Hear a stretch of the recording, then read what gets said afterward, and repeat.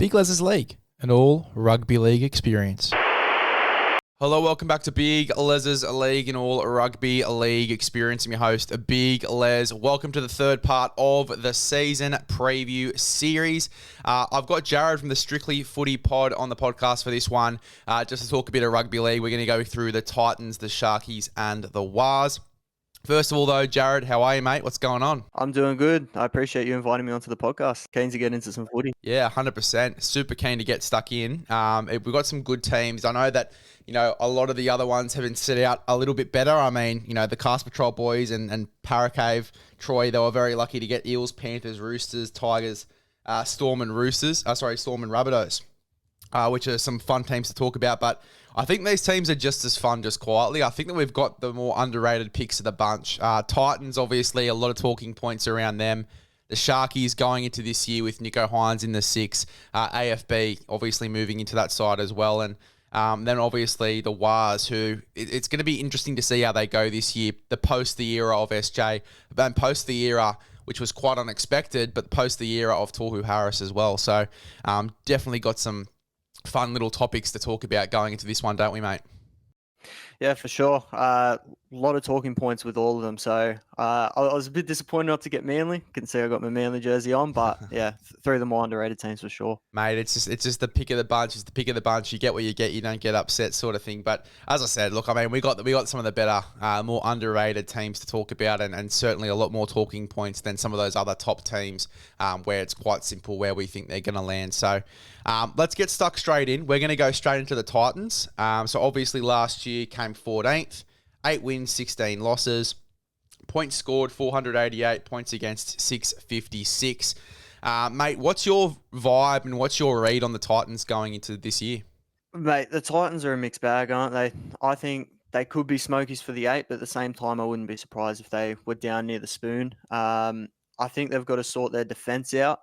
I was looking at it yesterday. Newcastle actually scored less points than them, but finished inside the 8 and 4 wins ahead. So I think defense is going to have to be a focal point of this preseason if they're going to want to push their way into the 8. Interesting stat, mate. Didn't know that one when I was talking to Nilso the other day. We were talking about Newcastle, but definitely one to sort of consider. And you're right, defence has been a big thing for them and falling out of games in second halves as well.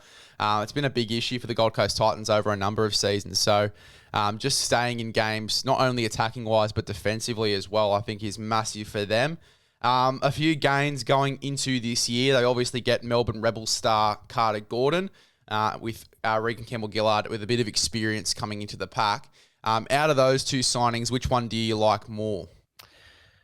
I think from a long-term perspective, probably Carter Gordon if they use him the right way.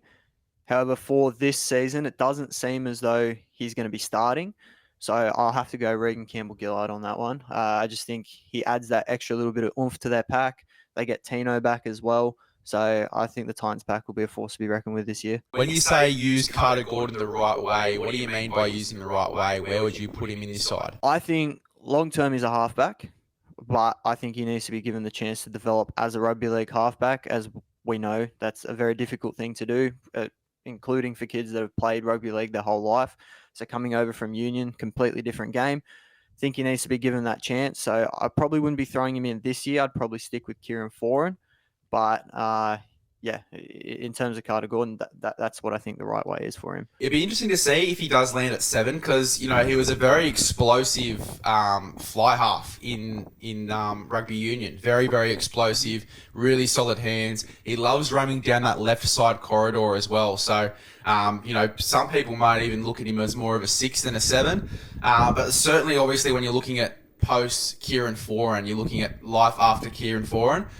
It's certainly probably the best option in regards to a 7 in that club. And, especially when unexpectedly they've gotten rid of guys like Tanner Boyd, who obviously has gone to the Warriors alongside Aaron Clark. They've gotten rid of a guy that would have been close to that halfback option, who has been that halfback option for them on a number of occasions. Carter Gordon's probably the best shout, to be honest, to replace Kieran Foran there in the 7. But it sounds like we're getting AJ and Jaden Campbell in the halves. Who's your preferred 7 out of those two? Out of those two, I'd have to say Jaden Campbell, just because I think he's got a little bit more of that kicking game, and I think he can develop into a 7. But at this stage, I don't think either of them are really 7s. See, this is where I think we differ because I'd probably go AJ in the 7. I think that he could possibly be the next Jerome Hughes. We've spoken about this a little bit on the podcast myself, just talking about how the Titans could look in the future years if this is the direction they want to go in. And I think that AJ, you look at his game, you look at his body shape defensively.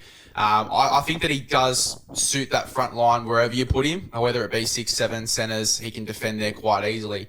But I think that just from an attacking aspect as well, you look at Jerome Hughes' game, he's still got a lot of characteristics of a really good fullback with his running game, with his footwork, just how he attacks certain opportunities, arrow sets, the way that he roams both sides of the ruck and attacks different corridors. He still plays like a fullback in those sort of aspects with the little subtleties of a halfback with the passing game, with the kicking game. So I think if you can add those subtleties to an AJ Brimson's game, you can add that short kicking game, which I think is all you really need because Jaden Campbell's long kicking game is quite good. But you add that short kicking game into AJ's game along with a bit of a passing game, a bit of a better passing game because AJ notably more of a runner. I like AJ as a 7 more, just a little bit more NRL experience as well. And Jaden Campbell, I love him going down that left corridor. I love him next to Dave Fafita. I think those two could build a really nice combination as well. So I think that's where we differ a little bit with who we're picking in the halves. I'd probably go with AJ at 7 if one of those guys was to be the 7 in the future. But I think that we can both agree that, gun to head, if we're picking a 7 moving forward out of this squad to replace a guy like Kieran Foran, it's probably Carter Gordon. Yeah, I think so. And that's the question I was going to ask you next. Is this the halves pairing that you would go with, or would you go for a Carter Gordon and find another spot for an AJ Brimson or a Jaden Campbell? So we're both agreeing that Carter Gordon's probably the best way forward? Look, I think that Carter Gordon is the best way forward. However, I don't think it's the best way to move forward because you're going to lose one of these fullbacks. I think that you obviously got, Jaden Campbell, Keanu Kinney, AJ Brimson. You want to keep them all in the side somewhere. I think we've proven on a number of occasions that AJ is not a centre. Defensively, he can handle it, and we've seen that in games. But attacking-wise, he just doesn't get involved. So I think that the AJ to centre experiment is over, and that's probably what would have had to have happened if Carter Gordon was to come into this side and play halfback. You'd have to probably shove AJ into the centres. I think that AJ to the bench call is rubbish. I don't think that AJ has signed this long extension till 2030 to be sitting on the bench. Yes, we know how important that utility is now, that number 14 in the competition, but I just doubt that AJ is going to be that guy that's going to be happy sitting on the bench or is going to tolerate sitting on the bench and playing that sort of role when he has been promised to be the guy at fullback long term. Yes, Keanu Kinney's development, very unexpected. He played fullback for the Kiwis. No one saw that coming this year, but I just don't think that AJ is going to be sufficed with have bench role. And I think that you got to keep all of these guys in the spine somewhere because they're so integral to this team. So, I think that while Carter Gordon is probably the best way to move forward in a justified game when you're looking at a normal looking 1 to 17 and how what each role is, Carter Gordon suits the 7 the most. However, I think that the best way to move forward to keep all of these fullbacks in this side, because you want to do that, it has to be to develop one of these guys into a 7. I think Carter Gordon might end up in the centres. I'm hearing that he's training in the outside backs and add a little bit at fullback too, just as a bit of cover there. And look, if they don't really need any more fullbacks, but it is nice to have that cover mid-game if they do want to keep these guys in the halves. But yeah, look, at the moment, it looks like he's training in the centres. So be interesting to see what the team list looks like round 1. But if I'm picking a 7 out of Jaden Campbell and AJ, I think that AJ will most likely be the 7 named by Des. Yeah, I don't mind that shout. I don't really mind whether AJ's at 7 and JC's at 6 or whether Campbell's at 7 and AJ's at 6. I understand the logic with them both in the halves, but I just think we're comparing them to a Cam Munster and a Jerome Hughes, who have been two of the better players in our game for a while now. They're in a Melbourne system. They're in a Craig Bellamy. I just think it's kind of a low percentage play. Whereas if you develop them for 2 or 3 years, hoping they'll turn into a Munster or Hughes and they don't, to me, it's just wasted time for a low percentage play. I could see it working and it could happen, but like I said, low percentage for me. Yeah, I mean, I get it, but I think that the Titans are different to a lot of other sides in this competition where that style of play will suit them. I think that you look at the Titans, you look at how they play football, it's very fast. It's, the team on the opposition, when a Titans are attacking, the opposition's constantly in the back foot because the Titans are moving so quickly. There's a lot of fit operators in that side, and they keep the ball rolling quite well in attacking sets. I think that style of play will suit the Titans. I think it's different to, if this was to happen at a Canberra Raiders or if this was to happen at a Bulldogs, it wouldn't suit then because those sides are very tough and physical, whereas the Titans are very quick moving. They're very fast paced. And whoever you put at fullback, whoever you put it in the halves, that's always going to be the case. That's how the Titans like to play their football. It isn't very Des, which obviously is the argument then to have Carter Gordon at 7 because Des has about that physicality.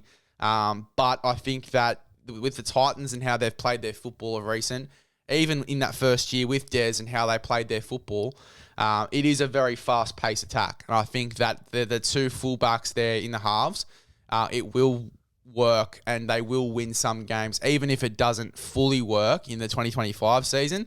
I think that as well, like, you look at obviously these fullbacks, their potential, the fact you want to keep these fullbacks. I think it is still worth taking that risk because the vice versa of that is that you lose an AJ, you lose a Jaden Campbell, or you lose a Keanu Kinney. I don't think they get rid of Keanu Kinney. I don't think they get rid of AJ. I think that as harsh as it is, it's probably Jaden Campbell that would be the unlucky guy in that scenario. But yeah, look, I mean, I think that the best possible thing for the Titans is to put those guys in the halves and at least give it a crack because the consequence of not doing that I think is too large for the Gold Coast Titans, if that makes sense. Yeah, let's say they try it. How long do you give it before you go, okay, this isn't working? I'd say 10 rounds. Okay. I'd give it 10 rounds. Yeah, I can support that. Yeah. Look, if it doesn't work after 10 rounds, then look, I could be, I could take the egg on my face in that regard, and if it doesn't work, then, but, I'd at least give them that 10 rounds to sort of get combos working and things like that. For me, after 10 rounds, the goal would be for at least them to be combining well, for the attacking sets to be clean, even if the kicking game's not so great after those 10 rounds. I'd still be happy with it if they're combining well and if it's sort of starting to take a bit of shape. But yeah, look, I think that in regards to it being a fully, working halves pairing that, that they sort all of the little inconsistencies in their games out to become those two halves. I don't think that's going to happen for like a year or so, but in regards to building combinations and sort of starting to see a halves pairing form, I'd give that 10 rounds. I think that you've got to definitely give them time compared to a lot of other sides that haven't given their stars, time to develop in those halves, including the Titans, and it's, gone shambles. So you got to give them that time, I think. Yeah. And would you be starting that this season, or would you be just going Kieran Foran? I'd be starting that round Kieran 1. Foran potentially moving to 14 as well. How would you be going? Yeah, I'd be starting at round 1. I think that you got to just go for it. I don't think that I don't think there's time to swap it out mid-season or give it a go mid-season. Start it out at the start of the year because the start of the year is always the perfect time to try this shit, to go in different directions. And then, going into the later rounds, that's sort of when you want to start to have your best side on the park. And, the side that works on the park leading into the finals, and as you peak for finals. So I think that you've definitely got to give this a crack round 1. Give it the first 10 rounds. Doesn't work after 10 rounds. Then Kieran Foran comes back in and, you get that experience back in the halves. Or Carter Gordon potentially goes in and does a job there as well. But, yeah, I'd definitely be giving this a crack round 1. And you talked about Kieran Foran playing a utility role. I think I'd probably start him at 9 and have Verrills coming off the bench. I'd have Foz just starting at 9, trucking out a good solid, 60 minutes. They're at 9, still directing play in the spine, still on the field for a majority of the game. If he needs to come into a roaming lock sort of role, you've got Verrills on the bench there or a Randall on the bench there that can sort of come on and play a bit of hooker and let him just roam and help organise these halves. But I'd probably be starting Foz at hooker, to be honest, rather than having him off the bench and just, sitting there in his last year of his career.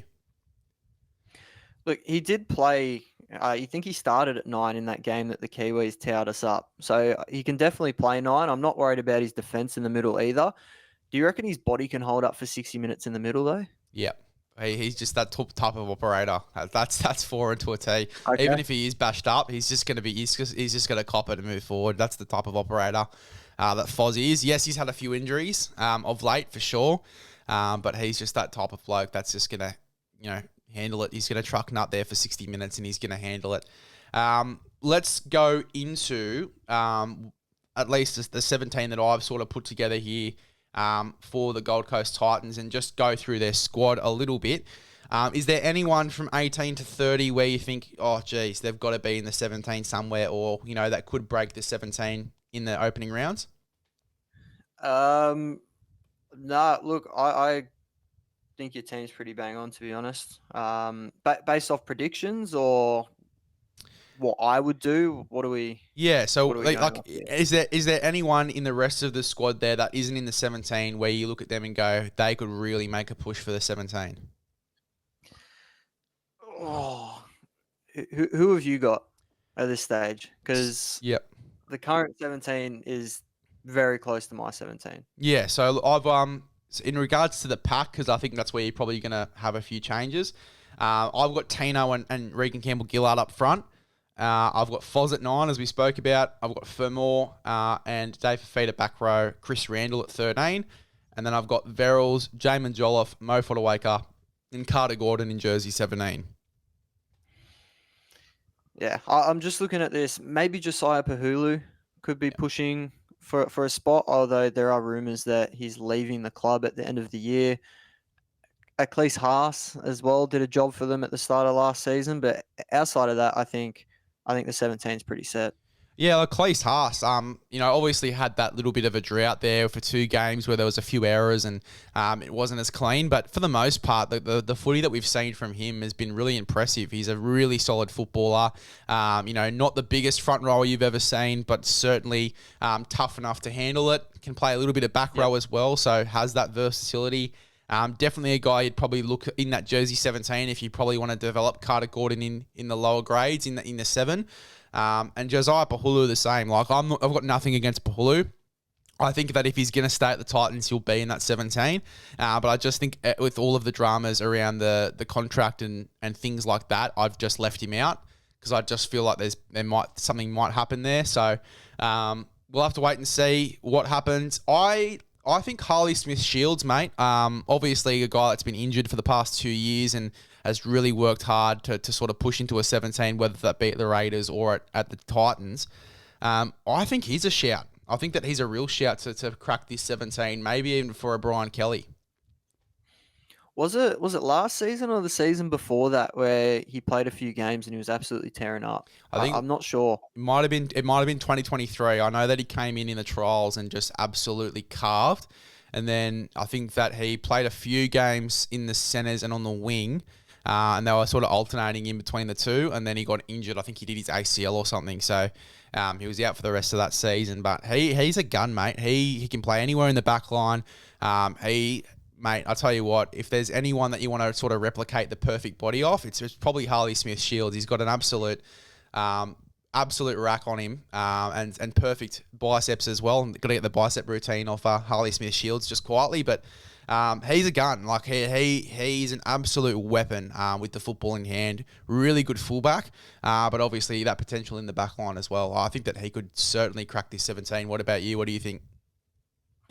Yeah, for sure. I mean, their back line is probably the most inconsistent part of the Titans. So if someone's dropping in form like a Jojo Fafita, Brian Kelly, like you said, Harley Smith-Shields, very easy fix. What about fix. I think he's someone that could explode, especially in this Titans team who's fast-paced attacking. Yeah, I think Harley Smith-Shields for sure. What about Alafiana Khan Pereira? There's been a lot of chat around him playing Origin this year. Do you buy into it? Do you think it's too early? What are your thoughts? Oh, I think it's a bit too early. He's got a lot of X factor, a lot of pace, but I just think I'm not sure why. I can't really put my finger on it, but I think he'd get found out a little bit in Origin. I do think it is a bit early in his career. He just I think you hasn't got have. Mark Solangi, Selwyn Cobbo, Coates. I think there's a few too many wingers there that I'd have ahead of him. Yeah, 100%. I agree. And I think that, just size wise as well, like he doesn't have the frame on him yet as well to defensively handle it. Defensively, him and Yep. Brian Kelly have been found out on a few occasions too, in first grade. So I probably wouldn't go Khan Pereira. I can see why, obviously being the top try scorer, obviously people look at that and go, look, he's scoring a lot of tries. He's quite successful. Let's put him in. I'd probably even have Xavier Savage over a guy like Alafiana Khan Yeah. Pereira as a real smoky to get into Origin. But yeah, look, I mean, if he has a good enough season, if he does build up a bit of a frame, maybe. But I just think that it is, as you said, a little bit too early to sort of be making those calls and be pushing him in my opinion. Anyone else, mate? Anyone else like in the 17 maybe that stands out for you that you think, oh, geez, this guy's going to have a massive season? Um, I'm a big Bo Fermor guy. Yeah. I really like what he does. I think he's underrated. Just wanted to plug that in. Jamin Jolliffe, I thought before he got injured last season, he was playing some great footy, so he could be in for a big year coming off the bench. Outside of that, mate, I think, yeah, there's not much I can talk about. Yeah, I mean, as you said, Jamin Jolliffe for sure.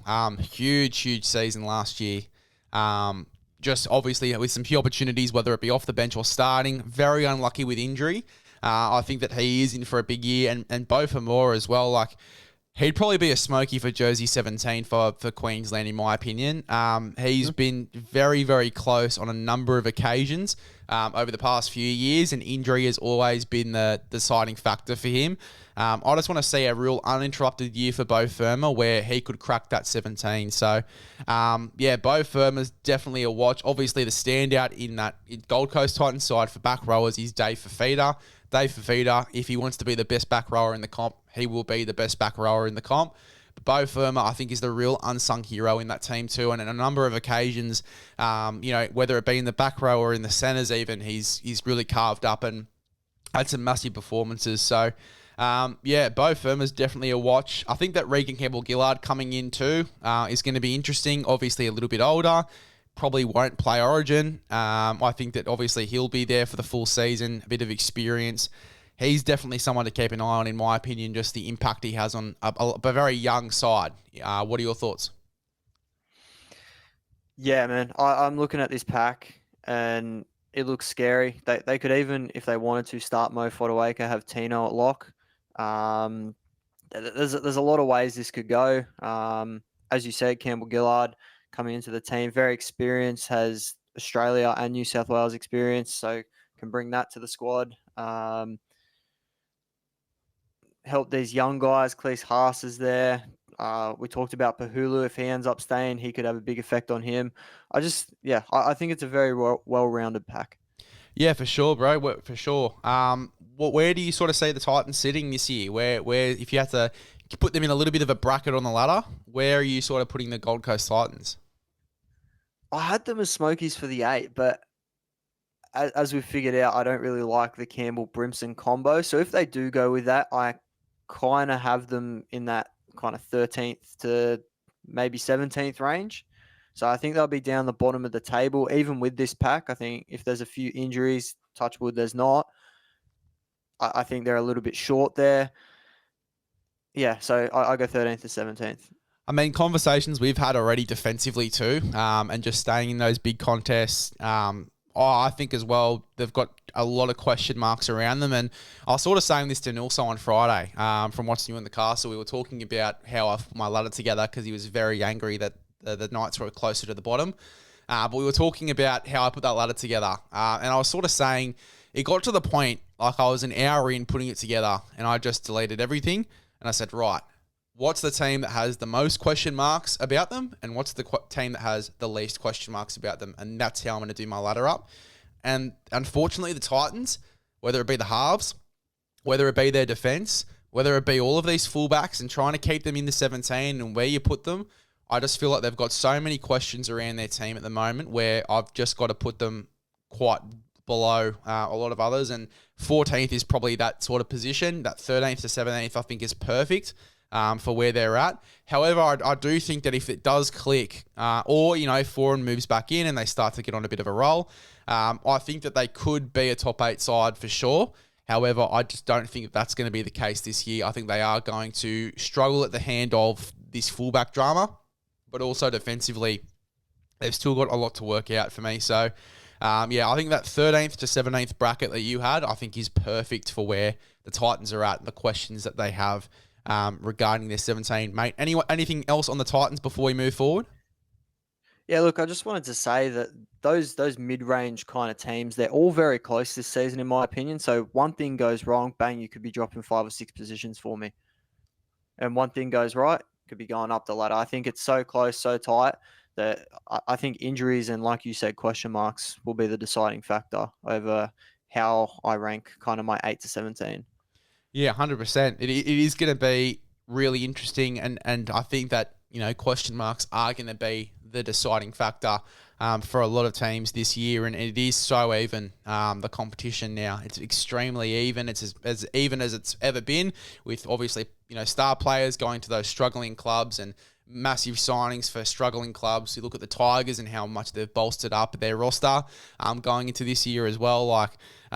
It is so even now, and unfortunately these teams with question marks around them, even though they might perform well throughout the season and they might look the goods in most parts, they are going to struggle compared to a lot of those other teams that do have a lot more worked out. And speaking of teams that have a lot worked out for next year, the Sharkies, mate, very excited for the Sharks this year. They've been that team that always seems to crack in and get to a prelim or get deep into finals, and then that one game, that one performance, that one error, it sort of costs them. And for me, it's sort of been a little bit of an issue with the pack and just not having that alpha. AFB walks in and mate, they're looking very primed going into the 2025 season. What are your thoughts? Yeah, I think they've had a lot of guys that do a job in the pack over the last few seasons. And like you said, it's just they've needed that alpha. So you got the Adam Fanua-Blake there now. He's going to be playing, I'd say, 50 to 60 minutes. And then you got Oregon Kaufusi, Teague Wilton, McInnes, guys that just come in and get through their work.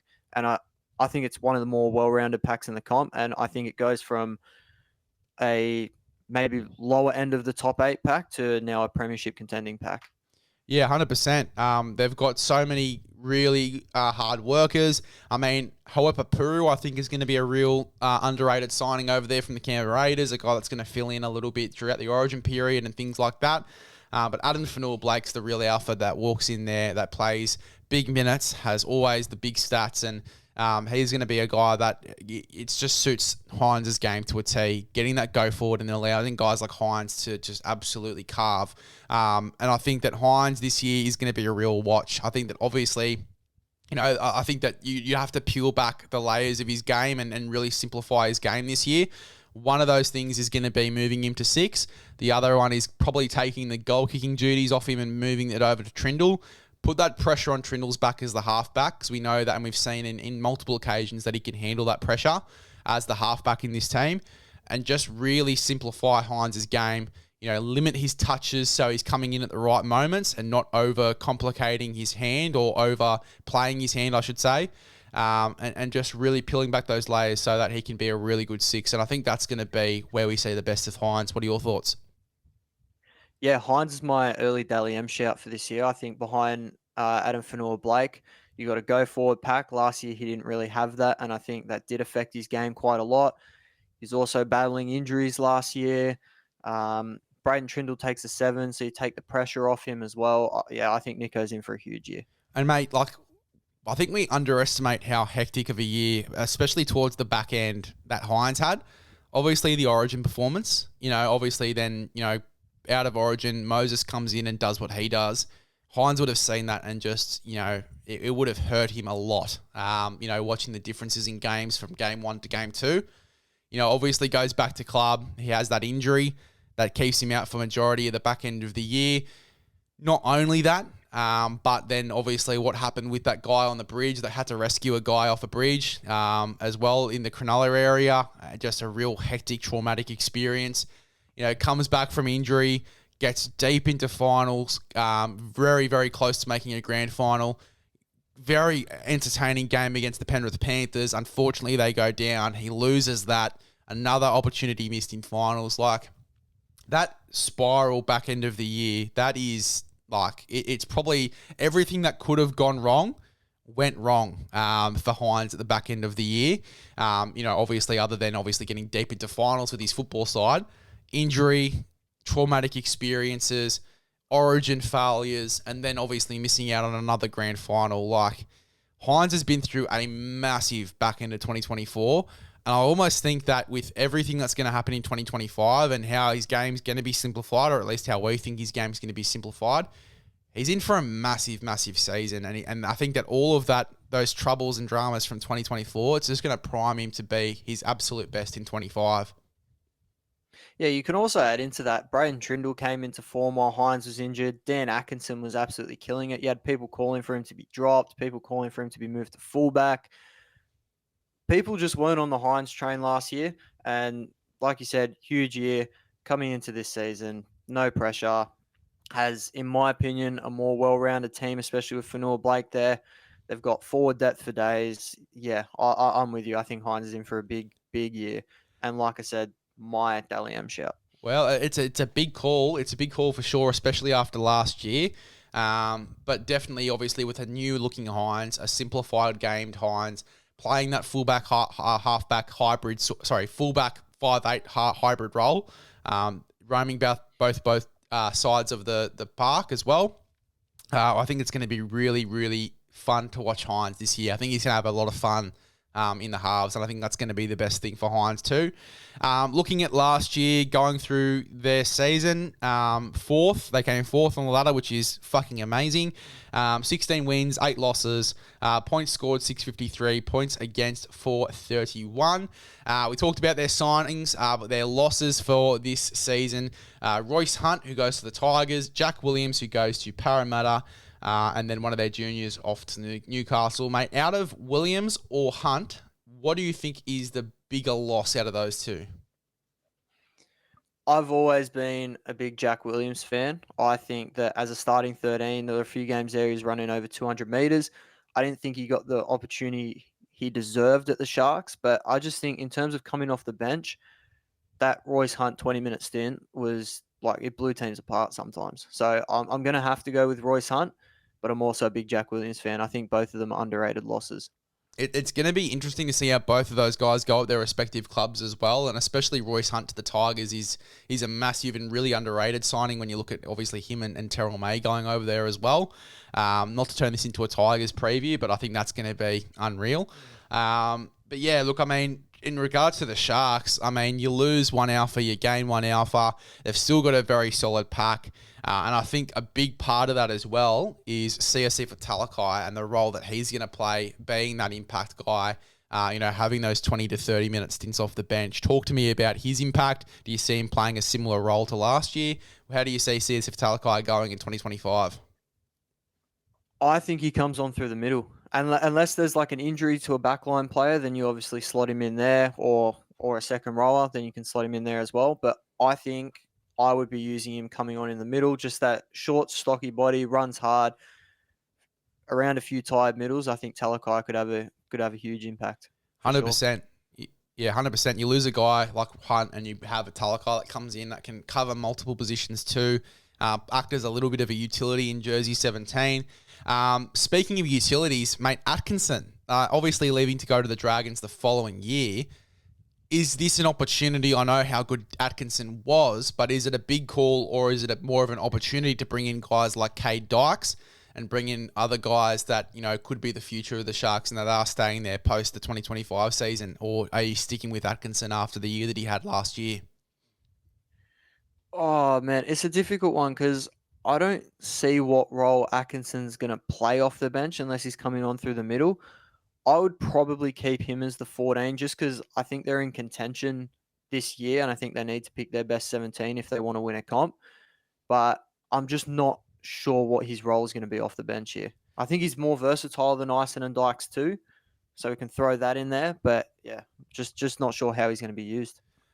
I mean, that's the big thing as well, because those games that he did play 14, I think majority of them he came off the bench and played in the centres, because I think that Hero wasn't 100%, or they had obviously to rotate those guys leading into the finals period. So it's going to be interesting with a full year with him at 14, what the go is and how he's used. If he does get thrown into the centres and gives Hero a spell, if he does come on maybe in the back row, if he comes on through the middle, where he sort of comes on and plays his footy, it is going to be really, really interesting to see with Dan Atkinson. And I think that the same goes for, as you said, Dykes and Ison, who obviously you put them on the bench, and where do they come onto the field? Yep. That's going to be really interesting. But I think the bigger conversation around Dykes and Ison is Will Kennedy, because there's been a ton of criticism around Will Kennedy and his form. Now, I'm going to come out on the podcast and say I've got absolutely no issues with the 2024 season of Will Kennedy. I think that obviously you have so many other fullbacks in the side that stand out. In the comp that stand out. Your Edwardses, your Tom Travojeviches, your Latrell Mitchells, Tedesco's, very classy, very X-factor fullbacks. Whereas Will Kennedy played a very simple game. It sort of went under the radar. I know that obviously to win a comp you need a good fullback. So maybe that's the thought process there of this criticism. They want that X-factor fullback there for the Sharks, similar to the last time they went a comp with Ben Barber there at fullback.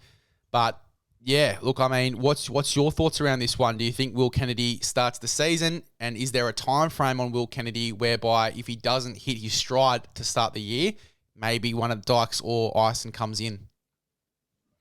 I think Will Kennedy definitely starts the season at fullback. However, I do think the club is starting to look more towards, Dykes or a Liam Ison, particularly for me, Liam Ison. They've just re-signed him to the end of 2027, I think it is. And Will Kennedy's still yet to be signed past this season. So I think that does say a lot. Like you said, I don't think Will Kennedy's been bad by any means. I just think they do want that X factor fullback. Before this year, before they got Fanua Blake and all that, they didn't have too much X factor.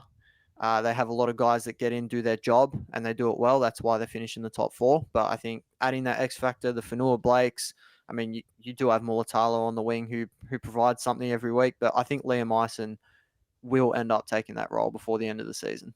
Yeah, right. Big call for sure. Do you think they're more likely to win a comp with an Ison or a Dykes at fullback?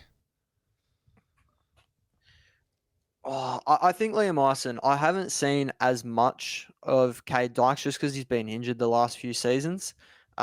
He could certainly take the spot. I remember when he filled in for Kennedy, was it 2022 maybe? Yeah.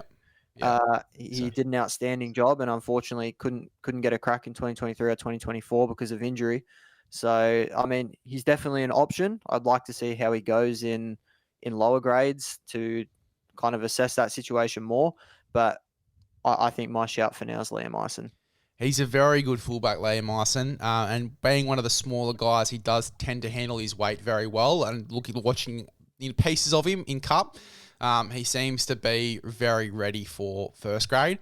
For Dykes, I think that he is probably more of a half than he is a fullback. So I think that if we were to get to the opening rounds, probably round 10, 11, 12, and Will Kennedy isn't hitting his stride, I think that you'd be more likely, you talk about Hines and moving him to fullback, I think that that's probably the outcome you'd be more likely to see, probably Dykes go to 6 and then Hines go to fullback. And it's a lot to change for sure, but I think that Hines is going to be playing like a fullback regardless. So in that sense, nothing's really changing. So it will be interesting to sort of assess what happens there and what they go for. But yeah, I mean, Will Kennedy, it's an interesting one, and he's very unlucky because if he does hit his stride, but he doesn't possess the X factor and he has a similar start to the year as last year, we could be seeing that move happen regardless. So Will Kennedy on a little bit of a watch, it seems. Yeah, I believe so. And like I keep saying, he's easily NRL standard fullback, Will Kennedy. But I just think the Sharks, for the fit of their team, I think they just need a Liam Myson or perhaps a Kay Dykes somewhere in there just to spice things up a little bit, make sure their attack's not too predictable. And yeah, I think that's their best chance at winning a grand final this season and next season. Well, there you go. Let's move on though. Let's talk about the rest of this team because there's a lot more strike and X factor than the halves and the fullback. We've got a absolute full team of stars here. We've touched on Adam, we've touched on Kennedy, we've touched on Hines. Let's go into the back line a little bit. Obviously, there's a lot of discussion around Ronaldo Mulatalo and his contract going into the next few years. Obviously, hasn't re-signed with the club as of yet or at time of recording. What's the go with Ronaldo Mulatalo? Do you see him leaving the Sharks? And if so, where do you think he goes? Oh, I think if he were to leave, it'd be like a New Zealand Warriors type move, but I'm pretty set on he's going to stay in Cronulla. Yep, it's fair enough. I don't think he's leaving. Yeah. So I haven't really thought about it too much just because of that. I think he put something on his story as well after the rumors came out, and he put like a little blue and black and white heart at the top. Yeah. So yeah, just since I saw that, I haven't really thought about it too much, if I'm being honest. Yeah, well, 100%. It's looked like he's pretty much come out and said that he's staying in Cronulla anyway.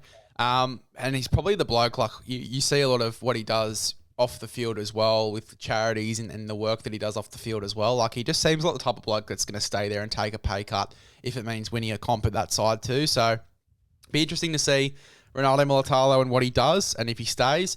They've obviously got Sam Stonestreet that's just sort of sitting and lurking and waiting for a spot and an opportunity too. So that in itself, I think, is going to be interesting with Cronulla and what they decide to do in that regard. Obviously, Sam Stonestreet, while, Ronaldo Mulatalo could take a pay cut to stay at the Sharks, Sam Stonestreet is significantly less, you'd have to pay significantly less for a Stonestreet than you would a Ronaldo Mulatalo regardless. So if that sort of thought goes into their thinking when they're looking at who they're going to re-sign, that will be interesting. What are your thoughts on what we've seen so far of Sam Stonestreet? He's a gun. Absolute gun. Very fast. Very good in the air. X factor. Yeah, I really like Sam Stonestreet. I'm surprised we haven't heard more about other clubs chasing him, to be honest. And I'd probably start the year with Sione Katoa, but could you see potentially Stonestreet taking over that right wing spot? Not a chance. At any point? Not a chance. No? Katoa's been unbelievable. He's been in great form. Try scoring. Ronaldo Mulatalo, obviously the standout because, he does all these incredible things on the field, but Katoa's a gun. He's done absolutely nothing to drop out of that jersey. So, for sure. I can see where you're coming from because you sort of want these sort of operators like a Stonestreet in your team. I just don't think that it's going to be for a Katoa or a Mulatalo, to be honest. I think that one of them would have to leave the club in order for a Stonestreet to come in there and take a spot. Talking about some of the guys that have recently re-signed, Briton Nikora stands out to me. Obviously a huge 2024 season, and I think could be one of the better back rowers of 2025. I think he really hits his stride if he didn't last year.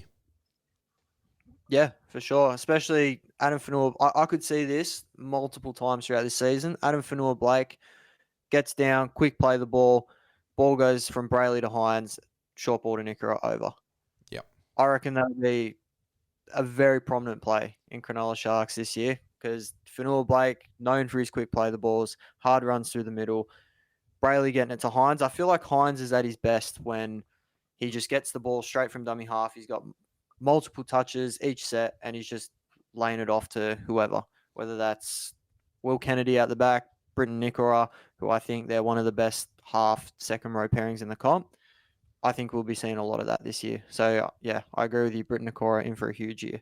Yeah, he's a gunner. And the big thing about Nikora, you talked about obviously making plays around Nikora to score, but Nikora makes plays around him for others to score as well. His ball playing is sublime for a back rower. So I'm very excited to see how he hits his stride this year. Another one being Blake Brayley. I feel like with this, a lot more go forward through the middle. Not many people notice how good Blake Brayley is, and I sort of made the call at the start of last year that he might be in the Origin conversation. I think this year is probably the right year. I think I early crowed it last year. I think that this year is probably the right year for us to have these discussions because you're going to notice him a lot more with the pack moving forward a lot more. He's going to have a lot more go forward. There's going to be a lot more, lazy markers at the ruck where he's going to really, capitalize on those opportunities. A lot more. They're going to be a lot more of a fast moving side, and he's going to really, reap the rewards of that at hooker. I think that he's in for a massive season as well. Yeah, an underrated aspect of Brayley as well is he plays 80 minutes week in, week out, doesn't really miss any weeks due to injury, so he's always available. Do you remember those games where McInnes was starting at 7, but they just attacked the middle, game up, like play after play after play? I think we could see a little bit more of that from Cronulla this year with their new forward pack. And yeah, like you said, that'll just make Brayley stand out more because in those games, he looked like a star. Yep. 100%. He was playing like a hybrid 7 and 9 sort of role and absolutely killing it. So I think that while he probably won't play that sort of role, I think that with the go forward that they are going to get similar to those games, he's going to stand out like a sore thumb and maybe, be a guy that Laurie Daly has a conversation with about Origin. Speaking on that as well, just to touch on, not to turn this into a New South Wales Blues or Penrith preview, but Mitch Kenny was actually invited to the Blues opening lunch. So it sounds like he may be a sniff to, maybe be a 14 to Reece Robson. Would that be something that you'd like to see? Look, don't get me wrong. I think he could do a job, and I think if he was thrown into Origin, he wouldn't let us down by any means. I just think that Connor Watson, Reece Robson, they kind of differ in terms of play style. I think especially in game 3 when Robson came off for Watson, everyone was tired in the middle because it was just complete bash of a game. When Connor Watson came on, X factor around the middle, we blew him apart in those last 10, 15 minutes. So I think that combination of like a Reece Robson, Connor Watson worked really well. But at the same time, Mitch Kenny wouldn't let us down.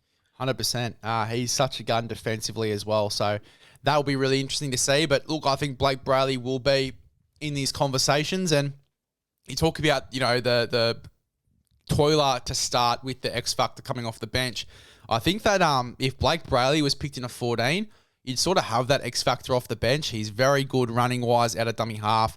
Can really catch lazy markers quite easily, and his service out of 9 is incredible as well. Whereas obviously you look at a Watson, probably a little bit weaker in the service sort of category when you're looking at hookers in the competition, and when he does play 9, his service is a little bit weaker compared to others.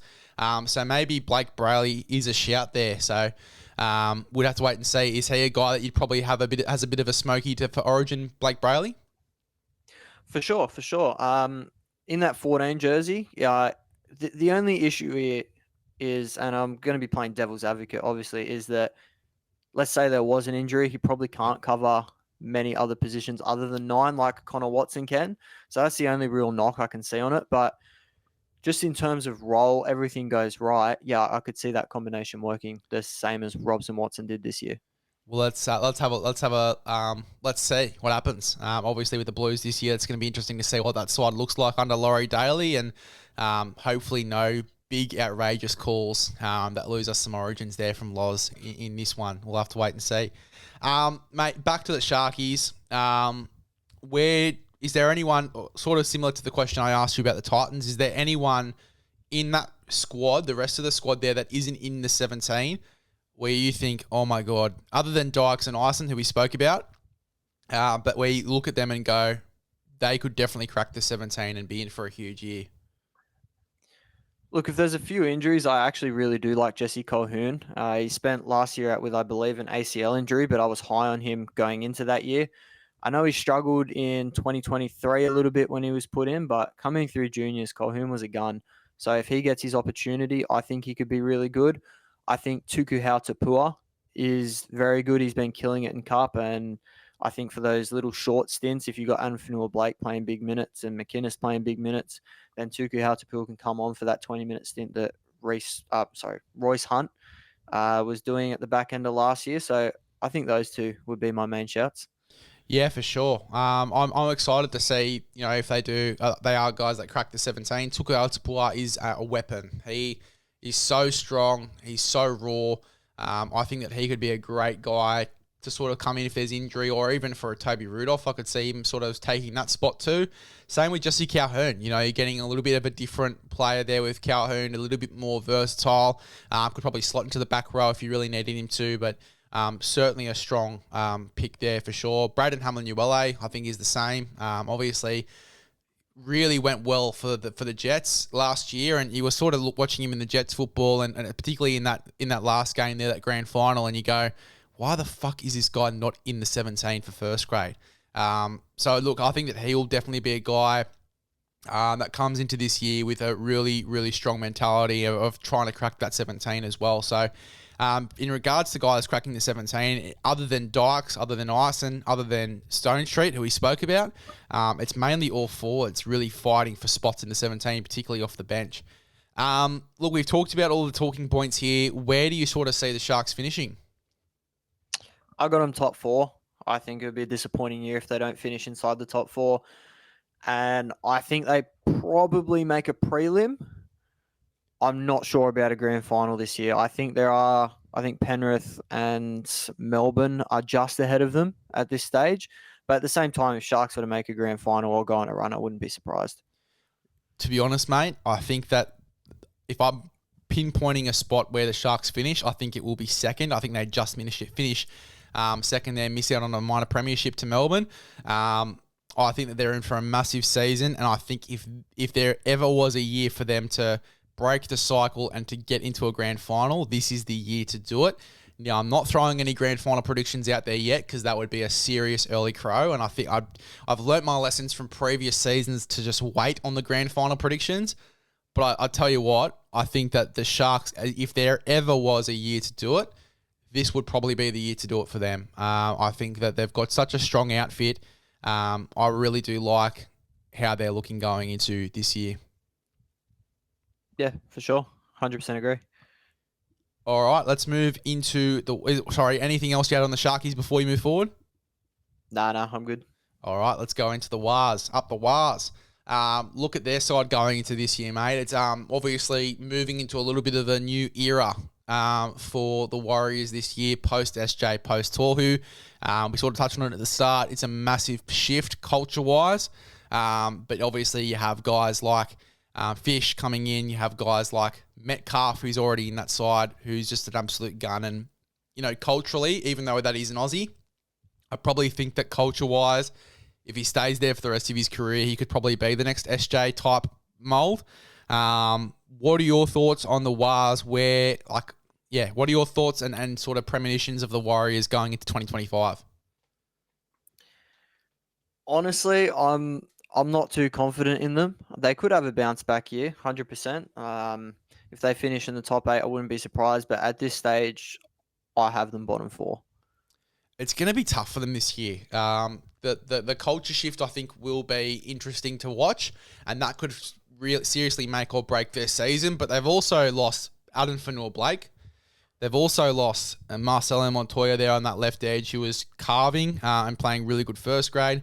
Jazz Tavanga, that more mobile guy coming off the bench, and he was very vocal too off the bench too. He was a bit of a leader there through the pack, even though he was one of the smaller guys. He definitely made his voice heard too. So losing all these sorts of characters, and then what you get back, yes, Aaron Clark's going to be fantastic, but he is obviously a lot smaller. Obviously you don't have any guys really coming in other than Fish, who are those leaders and who have that rap sheet like a Tohu. Other than Fish, he's obviously won 4 comps. You know, you get that replacement for Tohu, but for Addin Fanua-Blake, you still sort of there's still a little bit of a hole there. It's going to be really interesting post this culture shift, how they move forward. I don't think this is a 1-year thing, though. I think that this will be probably a 2 to 3 year rebuild sort of vibe at the Warriors. What are your thoughts? Yeah, they've got a lot of good young players coming through. So like you said, 2 or 3 year rebuild for me as well. In terms of culture shift, I think they maybe needed one anyway. They've got the fans on their side. That's all well and good. And I'm not saying Tohu and Johnson were bad for that at all. I think even if they were still there, I'd be saying the same thing. I just think the Warriors need to get back to how they were kind of late 2010s through the middle where they're just bashing teams, and teams hate to go down to New Zealand and play them there because like big forwards running hard and then shift out wide. I think last season they got a little bit too shift out wide too early. I don't think their middles had as much mongrel in them as what I would like a Warriors team to have, or my perception of a Warriors team should be. So I think they need to get back to that kind of play style slash culture. Look, and while that culture is outstanding and it was very successful for the Warriors, I think this culture shift is going to have a shift in how the Warriors actually play, and it's going to be very different to previous seasons. You talk about, a very shift mentality. I think they will keep a lot more football through the middle this year, but I think that the shape of the pack is going to be a lot different, and I think that it's going to suit that faster style of play where on play 3s and 4s you're shifting out wide and trying to get an impact out there. So I think that this could be a very different Warriors side to what we're used to seeing, and as evidence of that, you sort of look at my 17 and you can sort of see that, shades of that as well, with a bit of a smaller pack, a bit more of a mobile pack in there. My bench is Murata Niokore, Aaron Clark, and Leka Halasima, back rowers with, a middle that is a little bit smaller, a bit more mongrel. Just guys that are a bit more mobile, can obviously, accompany those shifts late in the tackle count as well. And then Atane Tuiupiki there in jersey number 17, who can obviously come on and play a bit of a roaming role and add a bit of X factor in that regard. So I honestly think that the footy that we're going to see the Warriors play is going to be vastly different to those 2010s sort of football where they were bashing teams through the middle. I think that they are going to, really turn their play style into that more shifty and more mobile style of play. Yeah, I think for sure. But I also think at the same time, in order to be able to shift and get those type of plays, you need to be bashing teams through the middle first. If I had my way with this 17, off the style that I said, I'd be starting, like you said, Fisher, Harris and Barnett. I think Capewell and Ford, in terms of the play style I'd want them to play, I'd probably be starting like a Niokore on the edge like they did in 2023 when they were so successful. And then you got guys outside of the squad that we haven't named, like Dimitrik Valmunga, is it now? Used to be Sifakula. Laban I thought was great. These type of guys, that's the style I'd be playing with if I was the Warriors. Leka Halasima, I really like that you've got on the bench too. Yeah, I think the last name has changed because I just looked up Dimitri Sifakula and it's come up with that same last name. So I think there might have been a little bit of a change there. Yep. However, back to the Warriors. I think that, look, I can definitely understand where you're coming from there.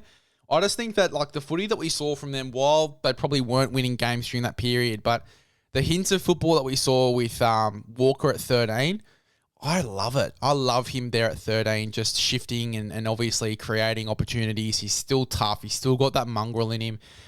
He reminds me a lot of Kurt Mann at the Dogs. I think that he can play that role really, really well. And I think that that's where the game is sort of leaning towards. I don't think we're going to see a lot of teams who just, are very through the middle moving forward. I think that as the game sort of grows and evolves, we're seeing these more mobile teams that do love an early shift and do love to sort of chance their arm, go for more low percentage plays. So I think that that's probably the footy that we do see the Warriors evolve into.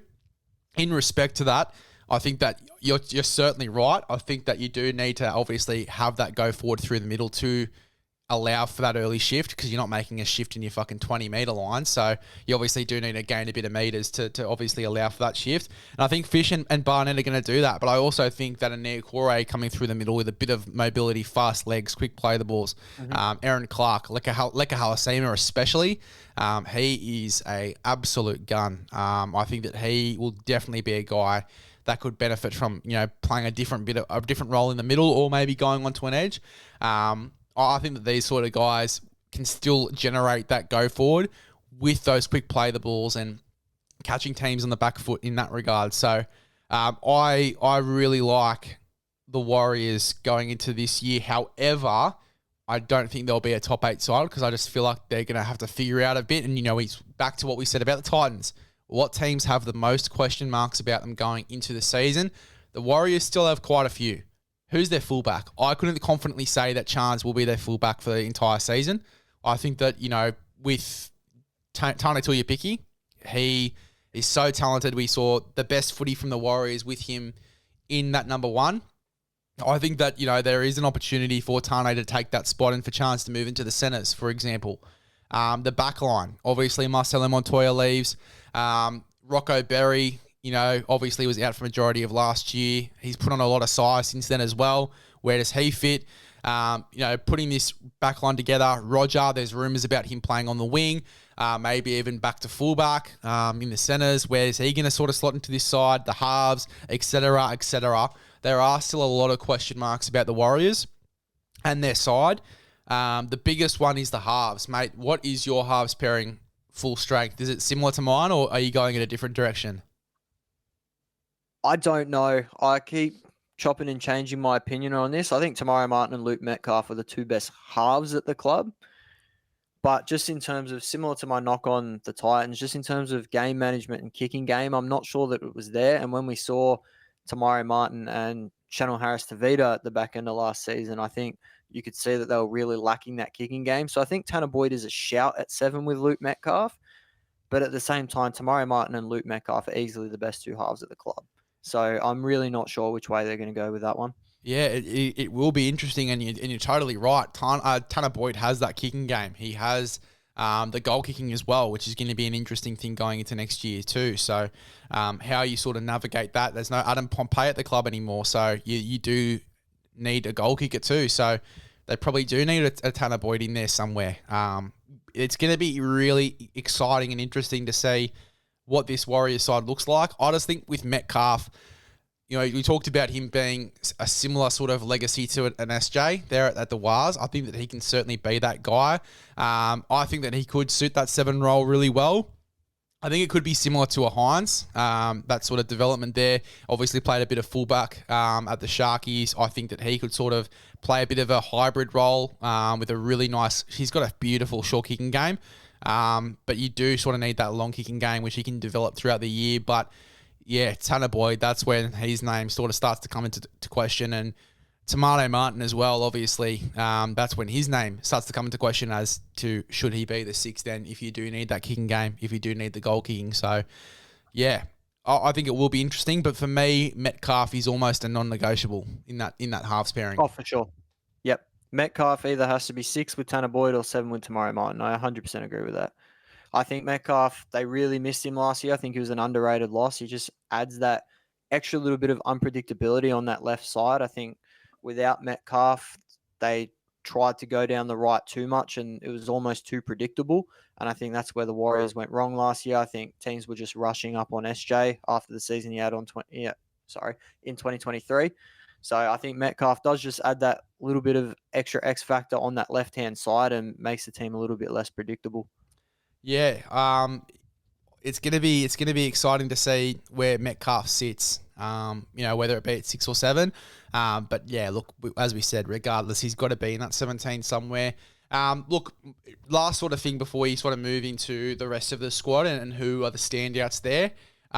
Mate, I've obviously gone for Tane Tuiupiki in a jersey 17. What direction are you going in regards to a 14 off the bench? Would you like a hooker there to cover for Wade? What direction are you going in for that 14 jersey? Oh, look, Tuiupiki's a good shout. I don't mind it at all. My only issue is what role would you have him playing off the bench? Would he be coming on in the middle? How would that be working? Yeah, he'd roam. I think he'd roam and play a second fullback, second 5'8" sort of role and just roam there. His X factor is just so good, and I think that you've got to have him around somewhere. In saying that, developing him in Cup as a fullback, I think would probably be, a good shout too. But yeah, I just love him so much. I think he's one of my favourite guys to watch in that Warriors team, and I just want to see him in that 17 somewhere. So it's the direction that I've gone in, but I can certainly see with the injury cloud around Egan for a majority of a season, you sort of do want a hooker that can back up there like a Lussick or a Chanel. What direction are you going to go in though for a 14? Do you like the picky shout or do you want to go in a different direction? If Dylan Walker's starting at 13, because if not, I would be having him as my 14, then I would put CHT in. Just for a bit of 9 cover, can come on, play in the middle, defensively very good. I think my go-to in that starting 13 would be Chanel Harris-Tavita.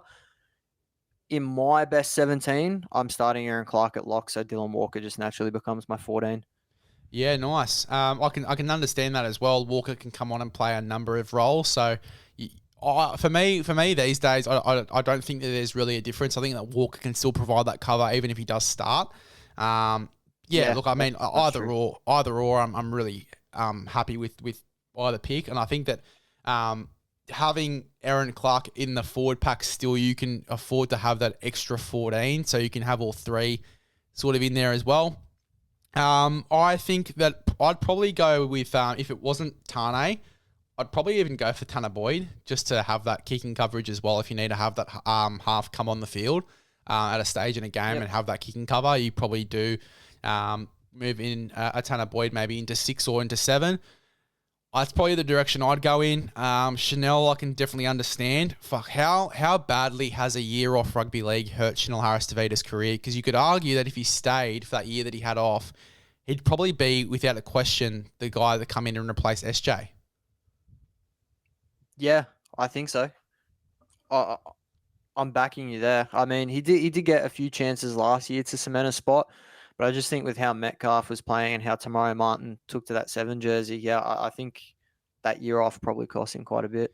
Well, you look at that year. They got Metcalf to provide coverage in the halves that Yes. season, I'm pretty sure. Yeah. So you could argue that if Chanel Harris-Tavita stayed and played that season, that they don't go for Metcalf, and that he's the guy that's going to be coming in regardless, and he's the plan moving forward, and then he gets more opportunities, and Yeah. it's a really interesting thought process. Like, what if he had stayed that extra year?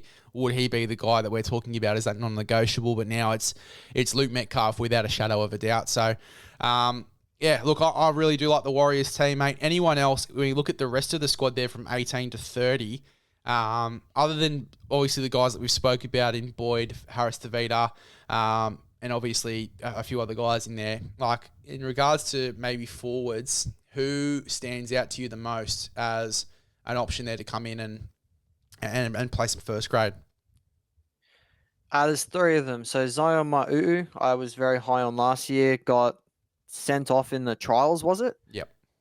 Got sent off in the trials, never really got his opportunity past that point, but I really like him in the middle. I think he's more of like that alpha guy that can provide you some decent minutes. Jacob Laban, I think, is very talented. However, he's behind a Capewell, a Ford, a Niokore, a Halasima, so it might be a bit more difficult for Laban to get into this side. And Dimitrik Valmunga. I'm still getting used to how to pronounce that name. Yep. I know him as Sifakula. I think towards the end of last season, he was great, especially through the middle. Can play a bit of edge as well. So I think, if anything, I'm expecting him to be in the 17, to be honest. Yeah. I reckon any one of those three that you just mentioned will be very, very close. I just think that with Leka Halasema, who I've got in there currently at the moment, I think that he just that debut that he had was very strong against the Dogs. Obviously tore them to shreds a little bit on their left defence. I really like him as an option there to come on, whether it be back row, whether it be through the middle. And to be honest, if it's a big call, it's a big call. But I think that if Jackson Ford has a similar year to last year where they have to move him into the middle, I think that Leka takes that spot. And I think he's probably the first option to do so over Murata Niokore, because I think that Murata Niokore, I'd probably like him through the middle more. I think that he suits that sort of role. He's mobile. He's got leg speed, quick play the balls. I don't rate him on the edge, to be honest. I think that he's actually better as a middle. And you know, a perfect example of that also, and funnily enough, we found that out against the Warriors, was Tupanua. I think that Satili Tupanua is probably a better middle, too, to be honest, a middle option there at the Dogs. I think that it's very, very similar. You know, two guys that predominantly were edges, but we saw glimpses of them in the middle, and I think that it would work out very nicely for the Wars here with Murata Niokore. Yeah, I could see that for sure. And just to your point on Leka Halasima, if I was the coach, based off what I saw last year, he'd definitely be in my 17. I do just have a feeling that he won't be, though. They Yeah. might think like, oh, he's unproven. He's only played 1 or 2 games. Let him stay in cup for a little bit longer. That's the direction I think they'll go. But for me, Halasima needs to be in this side. Yeah, for sure. And look, all those other guys that we mentioned as well, in your Demetrix, in your obviously Zions as well. I think that those sort of guys will be pushing for first grade as well, and they're probably the future in the pack there. I think they'll be prioritised a little bit more in 2025. For the Warriors, mate, we've sort of talked about everything, but the one last question I sort of have before we get into ladder placement, we sort of mentioned it and brushed over it a little bit, but Chance Nickel-Klokstad, do you rate him more as a fullback or a centre? I rate him more as a fullback, but is it what's best for the Warriors? That's a different question, in my opinion. I would probably keep him at fullback, but I wouldn't be opposed to having like a Telpiki or a Roger move back there. I think I'm the same, and I'd probably put, for Tuapiki, how good that he is. Similar to, we're using the Titans as an example here, but Keanu Kinney. Like, I think it's the best for the Warriors in this scenario to probably have Tane at fullback. Then, Chance, whether it be centre, wherever it be, I think that he's probably going to have to make a move. And who it's going to be for is going to be interesting. I really like Ali Leatua, who I can't believe we haven't mentioned yet. He was outstanding last year when he came in for the Wars. I think that he, for me, has to be in there somewhere too. He can obviously play in the centre's wing, back row. I really like him, but yeah, it'd be interesting to see as we get into the later rounds what Webster is thinking there. But yeah, look, I mean, whatever they go for, as you said, I probably wouldn't be opposed to it. Warriors, mate, where do you sort of see them finishing this year? At this stage, bottom 4. But at the same time, like I keep saying, that mid pack is so close. So if they slightly outperform my expectations, they could end up fighting for an 8 spot. But at this stage, I've got them bottom 4. I think I'm the same, mate. I think they're going to have a very similar run to the Titans where, they have the side to do it. They have the side to push for an 8. They've got a very exciting team, but just question marks around their team, I think is going to hurt them a little bit. And obviously, different to the Titans, I think that they've got, a bit of developing to do before they do sort of hit their stride and become a top 8 side again. So probably 15. I'd say 15th. Is probably the pinpoint mark there, but certainly that bracket, that mid bracket, is where they're going to be landing going into next year. Jarrod, absolute pleasure to have you on the podcast, mate. I know that we didn't get to talk about your Manly Seagulls, but nevertheless, it was a really fun podcast. And look, as I said, probably more the underrated sides and the more complex sides to talk about in this podcast for sure. Yeah, man. I appreciate you having me on. I still remember when we started the Strictly Footy podcast, you were one of the first pages we actually followed. So it's cool now to be on your podcast. So yeah, thanks for the opportunity, man. Thanks, bro. I appreciate it. I sort of seen what you've been doing over the past few years as well. You've been killing it and sort of starting to get into your stride too. So, good luck on your podcast as well, mate, and what the future has for yourself. What does the future hold, mate? What's the plan for this year? Is anything coming up for Strictly Footy? In terms of the podcast, we're going to be trying to get some YouTube videos out, some more recorded things, because at the moment it's just been audio. This is actually the first video podcast I've ever done. So that should be good. Outside of that, it's just more consistent content. We haven't really been consistent until this year. Just taking it a little bit more seriously this season to pump content out for the fans, things like that. So yeah, should be a big year. 100%, mate. Can't wait to see what you do. Guys, make sure you subscribe and become part of the big LEZ'S League community, whether that be on YouTube, Spotify, or Apple Podcasts. Make sure you go ahead and get stuck in.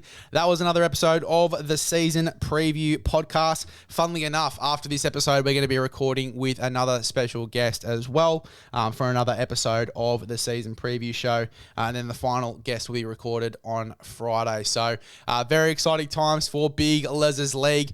We also had an announcement on the page yesterday, or today actually, as we're recording this, that Tom Yeager is our next off-season interview. Had a great chat with him, and that is going to be coming to your screens after the season previews. We'll lock in a date very, very soon, but we'll see you guys in the next one.